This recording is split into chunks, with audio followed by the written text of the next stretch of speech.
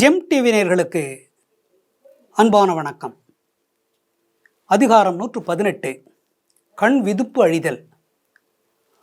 1174வது குறட்பாவை பற்றி நாம் இப்பொழுது சிந்திக்க இருக்கின்றோம். பெயலாற்றா நீர் உலர்ந்த உண்கண் உயலாற்றா உய்வில் நோய் என் கண் நிறுத்து. பெயலாற்றா நீர் உலர்ந்த உண்கண் உயலாற்றா உய்வில் நோய் என் கண் நிறுத்து. பெயலாற்றா நீர் உலர்ந்த உண்கண் உயலாற்றா உய்வில் நோய் என் கண் நிறுத்து. எப்படிப்பட்ட நோய் இது? தீர்க்க முடியாத நோய். இந்த நோயிலிருந்து என்னால் தப்பிக்கவே முடியாது. இந்த பிரிவு என்ற நோய் என்னை விட்டு தலைவன் பிரிந்து விட்டார். இதனால் எனக்கு ஒரு நோய் வந்திருக்கிறது.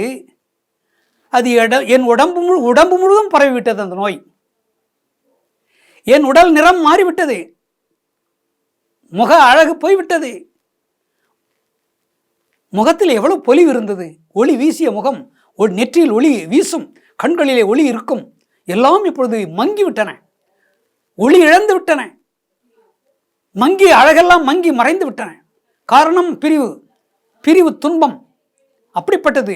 இந்த துன்பத்தை யாராலுமே தீர்க்க முடியாது. இந்த துன்பத்திலிருந்து என்னால் தப்பித்துக் கொள்ள வழியே இல்லை. இந்த பிரிவு துன்பத்தை தாங்கிக் கொள்ளவும் முடியாது, இதிலிருந்து தப்பித்துக் கொள்ளவும் முடியாது. எங்கே நான் போக முடியாது, இங்கேதான் கிடக்க முடியும். இந்த இடத்திலிருந்து எங்குமே என்னால் எழ முடியவில்லை. ஓடியாடி எந்த வேலையும் செய்ய முடியவில்லை. துன்பம் அப்படி வருத்துகிறது. பெயலாற்றா நீர் உலர்ந்த உன் கண். மழையை போல பெய்தது கண்களில் இருந்து கண்ணீர். கண்ணில் இப்பொழுது தண்ணீர் வற்றிவிட்டது. கண்ணீரிலிருந்து அழுகிறாள். கண்ணீர் வரவில்லை. கண்ணிலிருந்து கண்ணீர் வரவில்லை, வற்றிவிட்டது. ஒரு ஆறிலே தண்ணீர் வந்து கொண்டிருக்கிறது. ஆற்றிலே தண்ணீரே வரவில்லை. கர்நாடகாவிலே தண்ணீரை வராமல் தடுத்து விட்டார்கள். ஆறு வறண்டு விட்டது. ஆற்றிலே மணல் தான் தெரிகிறது, தண்ணீர் தெரியவில்லை. ஆறு உலர்ந்து விட்டது, வற்றி விட்டது, வறண்டு விட்டது. அதை போல என் கண்கள் அழுது அழுது அழுது எல்லா நீரும் வடிந்து விட்டது. கண்களில் இருந்த நீரெல்லாம் வெளியிலே வந்து விட்டன. மழை நீரை போல பெருக்கெடுத்து ஓடிவிட்டது. வெள்ளத்தில் வருகின்ற நீரை போல, ஆற்றில் வருகின்ற வெள்ளத்தை போல ஓடிவிட்டாரு. அந்த கண்களெல்லாம் நீரெல்லாம் வெளியேற்றப்பட்டு விட்டன. என் கண்கள் உலர்ந்து விட்டது. என் கண்களில் ஒரு துளி கண்ணீர் கூட கிடையாது, வற்றி விட்டது. பாலைவனமாகிவிட்டது என் கண். பாலைவனத்திலே ஒரு சொட்டு தண்ணீர் பார்க்க முடியாது. ஆவி பறக்கும், அனல் பறக்கும். என்னுடைய கண்களிலே இப்பொழுது தண்ணீர் இல்லை, அனல் பறக்கிறது, வெப்பம் அதிகமாகிறது. பெயலாற்றா நீர் உலர்ந்த உன் கண். எவ்வளவு தண்ணீர் இருந்தது என் கண்ணிலே. இன்பக் கண்ணீர் கூட வந்தது ஒரு காலத்திலே. என் தலைவர் இருக்கின்ற பொழுது இன்பக் கண்ணீர் வரும்.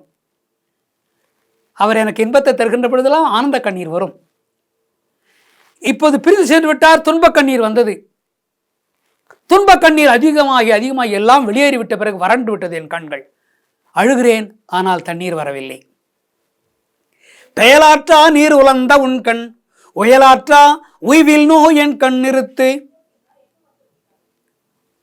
தப்பிக்க முடியவில்லை. இந்த பிரிவு நோயிலிருந்து என்னால் தப்பிக்க முடியவில்லை. பெயலாற்றா நீர் உலர்ந்த உன் கண் உயலாற்றா உய்வில் நோய் என் கண் நிறுத்து.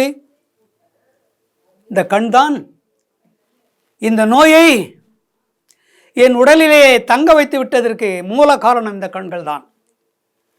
இந்த நோயை அவர் தந்தார் என்று சொல்வதை விட, என் தலைவன் எனக்கு இந்த பிரிவு நோயை தந்தார் என்பதை விட, இதற்கு மூல காரணமாக இருந்தது, இந்த நோய் வருவதற்கு மூல காரணமாக இருந்த இந்த கண்கள் தான் இந்த துன்பத்திற்கே காரணம். நான் அழுகிறேன், என்னை பார்த்து இந்த கண்கள் அழுதன. நான் அழுது கொண்டே இருக்கிறேன், ஆனால் கண்கள் அழுகின்றன, கண்ணீர் வரவில்லை, வறண்டு விட்டன. நானும் அழுது அழுது தீர்ந்து விட்டது. என்னால் அழ முடியவில்லை. என் கண்களிலே நீர் இல்லை, வற்றி வறண்டு விட்டது. நானும் வறண்டு விட்டேன். உள்ளம் வறட்சியாகிவிட்டது.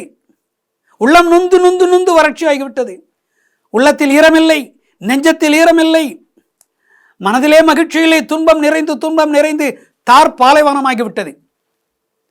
பாலைவனத்தில் எப்படி தண்ணீர் இருக்காதோ அதே போல என் நெஞ்சத்தில் இப்பொழுது ஈரமில்லை, என் கண்களிலே கண்ணீர் இல்லை, வற்றி வாடி வதங்கி நான் இப்பொழுது வாட்டமாகி துன்பத்திலே உழந்து கண்ணீரை வடித்து விட்டு இப்பொழுது உடம்பெல்லாம் வற்றி வறண்டு விட்டது. கண்கள் மட்டுமல்ல, என் உடம்பே வற்றி வதங்கி விட்டது. நான் வாடுகின்றேன். என் துயரை தீர்ப்பதற்கு, இந்த துயரத்தில் தப்பிப்பதற்கு வழியே கிடையாது. ஒரே வழிதான் இருக்கிறது. அவர் திரும்பி வர வேண்டும், என்னை கட்டி அணைக்க வேண்டும். அப்பொழுது என் கண்களிலே மீண்டும் நீர் சுரக்கும், ஆனந்த கண்ணீர் வரும். என் கண்ணிலே ஒளி பிறக்கும், என் நெற்றிலே ஒளி பிறக்கும். என்னுடைய அழகு மீண்டும் திரும்பி வரும். என் பொன்னான மேனி மீண்டும் ஒளி பெறும், பொலிவு பெறும், அழகு பெறும். இப்பொழுது அழகு இழந்து கிடக்கிறது.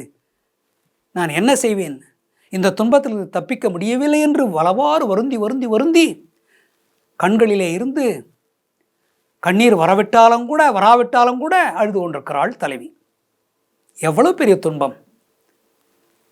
தலைவியினுடைய துன்பப்படுகின்ற அந்த துன்பத்தினுடைய எல்லையை சொல்லவே முடியாது என்று இந்த குறட்பா உணர்த்துகின்றது. மீண்டும் நாளை சந்திப்போம்.